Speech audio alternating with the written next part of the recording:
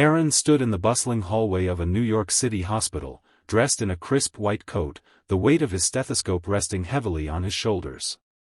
At just 28, he had become one of the youngest neurosurgeons in the city, a prodigy in the eyes of his peers, a pride in the eyes of his father. Yet, in that moment, outside operating room 3, he felt hollow.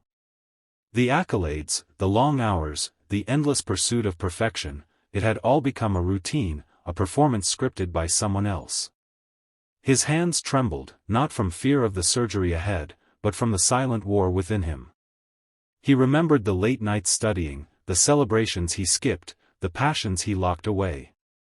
Every step he had taken led to this hallway, but none of them had been truly his own.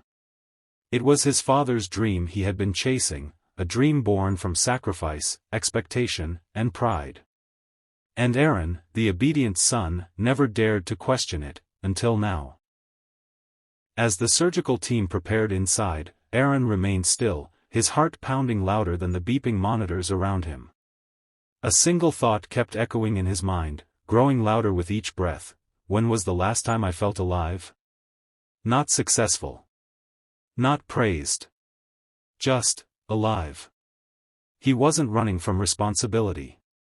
He was standing on the edge of awakening, finally brave enough to admit that success without purpose is just another form of emptiness.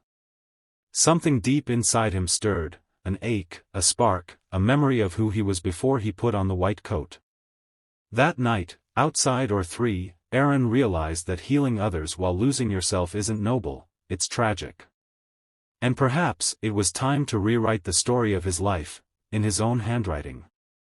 The rain had started to fall just as Aaron stepped out of the hospital, his thoughts louder than the thunder rolling overhead. He didn't have a destination. Just a need to escape the sterile white walls, the pressure, the noise inside his own head. As he wandered the empty streets, he turned into an alley near the subway station, drawn by a soft, haunting melody that floated through the rain. There, under the dim glow of a flickering street lamp, stood a girl playing the violin. Her soaked clothes clung to her frame, and her long hair dripped rainwater as she played with eyes closed, completely lost in the sound. Her fingers danced across the strings with a grace Aaron hadn't felt in years, not in his surgeries, not in his successes. She wasn't performing. She was feeling. He stood frozen, mesmerized. For the first time in weeks, his mind went silent. When the music paused, he stepped closer and asked, "Why here?" The girl opened her eyes and smiled, not shy, not ashamed. "Because this is where I feel most free." The simplicity of her answer struck him harder than any medical textbook, any mentor's advice, or any award he had ever received. It wasn't about impressing anyone, not about proving something. It was about being true to yourself, wherever that truth lived. In that quiet, rainy alley, Aaron saw something he hadn't seen in years, a person doing what they loved, unapologetically. It was raw. It was honest. And it stirred something deep inside him. For the first time, he wondered what it might feel like, to be that free. The rain had eased into a soft drizzle by the time Aaron and the violin girl, June, found themselves inside a small, dimly lit diner tucked between shuttered storefronts. The place was nearly empty, save for a tired waitress and the low hum of an old jukebox playing a forgotten song. They sat across from each other, steam rising from mismatched coffee mugs, the silence between them oddly comforting. June spoke first, her voice calm but laced with memory. She told him she had once been a law student, top of her class, carrying the pride of her immigrant parents on her shoulders. "I was doing everything right," she said, "until the accident. A drunk driver, a shattered windshield, a goodbye she never got to say. Her younger brother, her best friend, gone in seconds. That night," she continued, staring into her cup, "I realized I'd been living someone else's dream. Chasing their version of success. But none of it brought him back. None of it brought me back." She took a breath. "So I stopped. I picked up my violin again.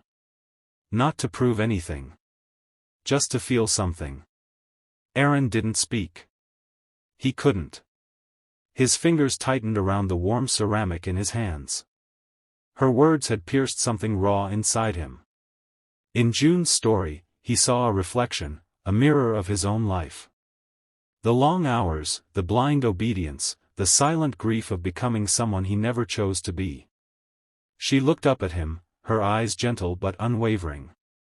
"You can be successful and still be lost," she said.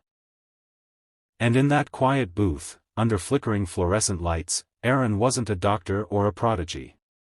He was just a man, face to face with the truth he had buried for far too long. The morning sun filtered through Aaron's apartment window, casting long shadows on the floor. The city outside buzzed with its usual urgency, but inside, everything felt still. Aaron sat at his small desk, a blank sheet of paper before him, his pen hovering in hesitation. His hands trembled, not from fear, but from the weight of clarity. Last night had changed something. June's words, her story, the music in the rain, it all echoed in him now, louder than the expectations that had defined his life for years. He began to write. "To the ones who gave me everything, I am grateful. Your sacrifices, your love, your hopes shaped me. But somewhere along the way, I lost my own voice in trying to honor yours. I became who you wanted me to be, but not who I truly am." He paused, a deep breath filling his lungs like it was the first in years. "I'm not running away. I'm walking toward something I've ignored for far too long, myself. I don't know where this path leads, but I know it starts with honesty. With peace. With freedom." It wasn't a resignation. It wasn't rebellion. It was release. He folded the letter gently and placed it on the table, beside his stethoscope. Not as an ending, but as a symbol of choice. Aaron hadn't burned any bridges. He simply stopped crossing the ones that led him further from who he was meant to be. For the first time in years, he didn't feel trapped. He felt light, like a man who had finally remembered how to breathe.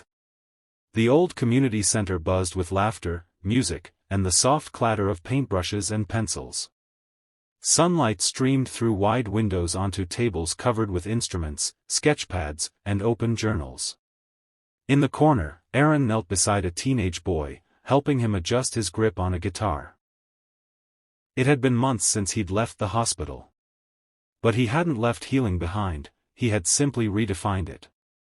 Now, instead of operating rooms and sterile walls, his days were filled with rhythm, color, and stories.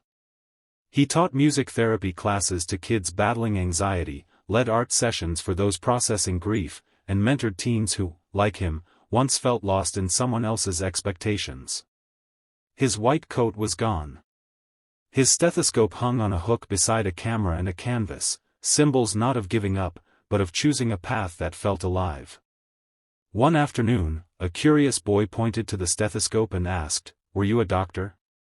Aaron smiled gently, setting down a paintbrush. "I used to be," he said. "Now, I help people heal before they break." It wasn't a grand stage or a prestigious title, but it was real. And for the first time in his life, Aaron wasn't just treating symptoms. He was tending to souls. Because he had learned something powerful. Healing doesn't always wear a lab coat. Sometimes it plays a violin in the rain, shares a story in a diner, or shows a hurting child how to put pain into color or sound. Aaron didn't need applause anymore. Just purpose. And the quiet joy of knowing that in saving himself, he had found a way to help others truly live. Aaron's journey wasn't about abandoning responsibility, it was about reclaiming his truth. He had spent years walking a path paved by love, expectation, and sacrifice, but not one chosen by his own heart. It took a stranger in the rain, a melody in the dark, and a conversation over midnight coffee to remind him that success means nothing without soul. By stepping away from the life others imagined for him, Aaron didn't lose his purpose, he discovered it. In helping others through music, art, and presence, he found a new kind of healing, one that starts within and radiates outward. This is the story of many people, quietly carrying dreams that aren't their own, hoping one day they'll feel whole. But the truth is, wholeness begins when we stop chasing others' dreams and start honoring our own. Because sometimes, one story, one moment, one brave decision can change your entire path.